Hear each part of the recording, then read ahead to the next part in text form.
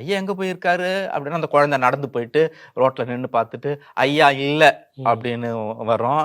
கண்டிப்பாக வந்துடுவார் ஐயா, சீக்கிரம் ஐயா நம்மளை வந்து அழைச்சிட்டு போவார் அப்படின்னு அந்த குழந்தைய சமாதானம் பண்ணுவோம். இதில் ஒரு விஷயம் என்னன்னா, இவ வந்து விறகு கூலிக்கு விறகு எடுத்துன்னு போய் போடும்போது ஒரு முறுக்கை வாங்கி குழந்தை கையில் கொடுப்பாங்க. அந்த குழந்தை அந்த முறுக்கை 4 வயசு குழந்தை பசியில் இருந்தால் கூட அந்த முறுக்கை சாப்பிடாது, கையிலே வச்சுக்கிட்டு இருக்கோம். அம்மா வந்த பிறகு தான் அந்த முறுக்கை வந்து அம்மாவுக்கு ஒரு வாய் கொடுத்துட்டு இந்த குழந்தை சாப்பிடும். இந்த சித்தரிப்பு அதில் வரும். அம்மாவுக்காக அந்த குழந்தை பசியில் இருந்தால் கூட முறுக்கை சாப்பிடாம அப்படியே வச்சுக்கிட்டு இருக்கோம் அப்படின்ற மாதிரி ஒரு காட்சியை ஜெயகாந்தன் வச்சிருப்பாரு.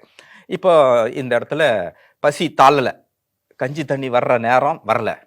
அப்போ தான் இவ கேட்பா, என்ன சாமி வீட்டில் எதனா விசேஷங்களா அப்படின்னு கேட்பா. ஏன்னா விசேஷமாக தான் நடக்கும் உள்ள வாசனெல்லாம். அப்போ இவர் சொல்றாரு, இவ எங்க பங்கு கேட்க போறா அப்படின்னு. விசேஷம்லாம் ஒன்றும் இல்லை,